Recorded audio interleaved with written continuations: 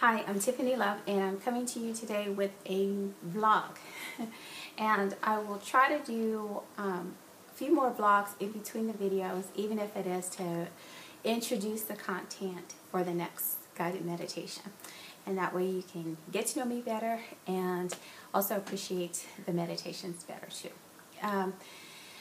I used to write a lot on the Facebook page, and I was going to transfer those writings to the newsletter. And with other writing that I'm doing right now, it's just really difficult keeping up. So I'm going through a color phase with my hair, so also don't mind that. So I'm just kind of like trying out different colors, and I think I went a little bit overboard with this color. So, but at any rate, that's not even important to the point I am going to be making here. But I get asked a lot about the sound of my voice, and I really have a lot of sympathy for my mother, because when I was younger, if you can imagine, my voice was a lot softer, a lot high pitch, and it had all kind of tones and accents thrown in there. And a frequent question I would always get, and she would get, was like, has she been sexually abused? Because typically women who have been sexually abused kind of have this soft voice, or, just have speaking and language issues.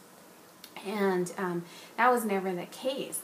And it wasn't until later I found out why my voice has this tone. But my mother has a similar sounding voice too, so a lot of it is genetic. And then some of it is, it is part of genetics, right, biological. So I will say that when I was in elementary school, I remember they put me in a ESL class, English as a Second Language class.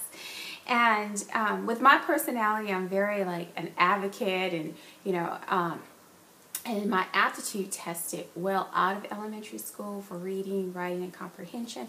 But because my language, it held me back.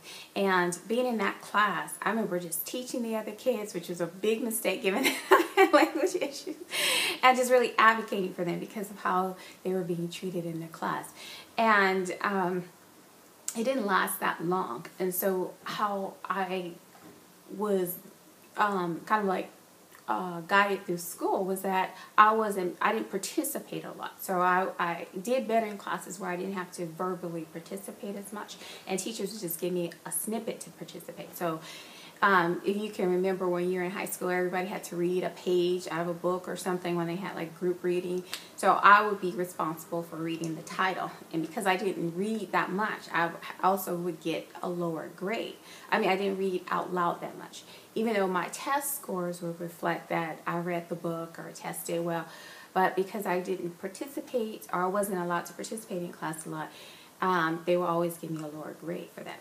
So I used to always fight with teachers, and I used to have my mother down there, fighting. And I was always, this is like forever and a day, always fighting and fighting in school. Well, it was later that I was in a car accident, and I had lost just a tremendous amount of blood, and they couldn't figure out, even after surgeries and everything, why I was still having this problem with internal bleeding. So this massive just blood loss. So then they did just a plethora of tests, and it discovered that I carry what is called a genetic mutation, that my body does not absorb protein effectively. And the solution was just to eat raw meat, because certain people just carry a gene. If you come from or descend from people that ate raw meat like that, and your body is always craving that and wanting that. And when I was younger, that was fine, because my dad and his side of the family are hunters, but my mother would not overcook meat. So that was perfect, and I used to eat a lot of meat, but she became a vegetarian, so that made it a bigger handicap. So it had certain drawbacks, and for me it was language with that genetic issue. So when I was I had finally graduated from high school, and I had bought I was still in high school, and I bought a telephone and answer machine, and I recorded my greeting, and that was the first time I heard how I sound. And I remember asking my sister, I was like, there's something wrong with this machine, I'm going to take it back.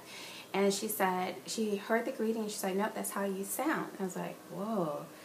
And then my mom listened to it, and my other sister listened to it, and they just fell out laughing, because after all this time of fighting teachers, after all this time of just like defending myself and arguing and always kind of like having this issue that, you know, people think I'm stupid kind of thing.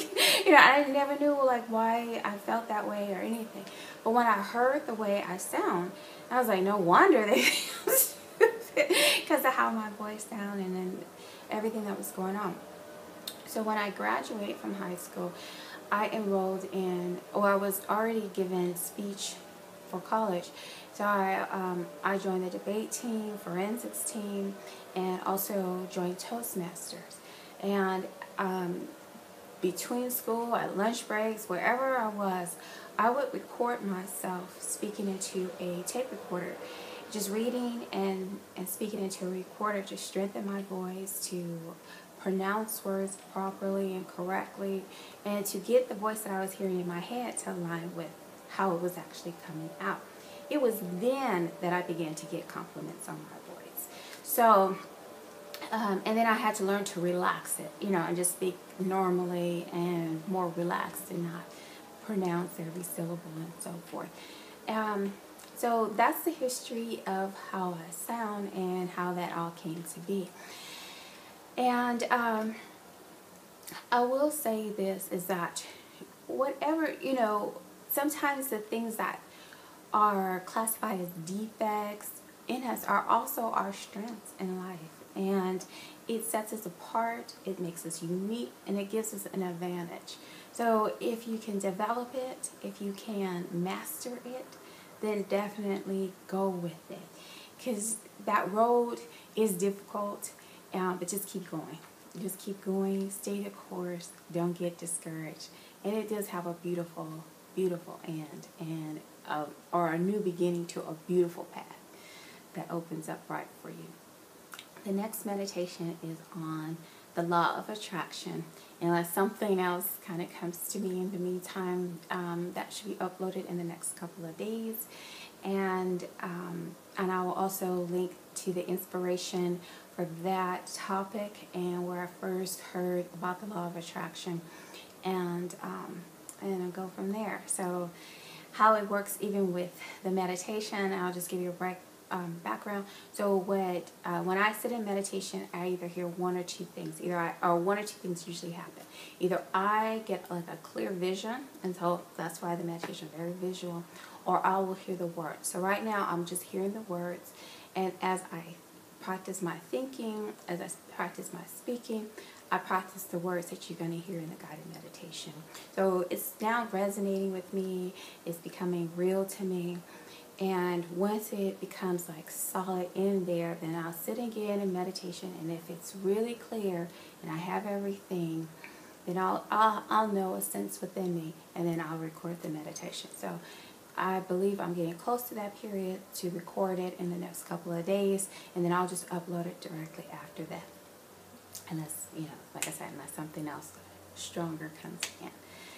So until next time, peace.